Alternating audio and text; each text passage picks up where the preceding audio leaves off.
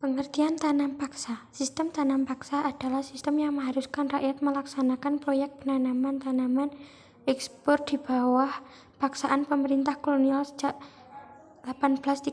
Sistem tanam paksa pada masa penjajahan Belanda disebut Kultuurstalsel. Istilah Kultuurstalsel sebenarnya berarti sistem tanaman. Latar belakang sistem tanam paksa. 1. Belanda menghasilkan biaya yang besar karena terlibat dalam peperangan di masa kejayaan Napoleon Bonaparte di Eropa. 2. Terjadinya Perang Kemerdekaan Belgia yang diakhiri dengan pemisahan Belgia dari Belanda pada 1830. 3. Belanda menghabiskan hingga sekitar 20 juta gulden untuk menghadapi Perang Diponegoro (buka kurung 1825 sampai 1830 tutup kurung). Perang Diponegoro adalah perlawanan rakyat jajahan termahal bagi Belanda.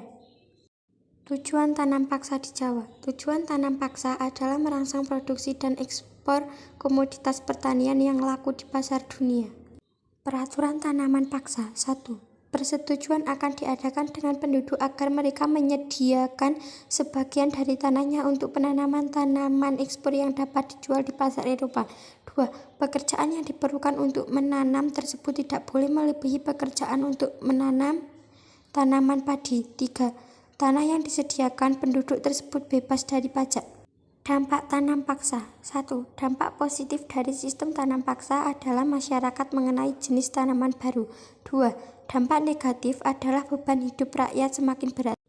Cakupan wilayah tanam paksa. 1. Karesidenan. 2. Cirebon.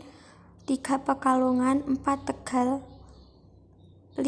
Semarang. 6. Jepara. 7. Surabaya. Dan 8. Pasuruan.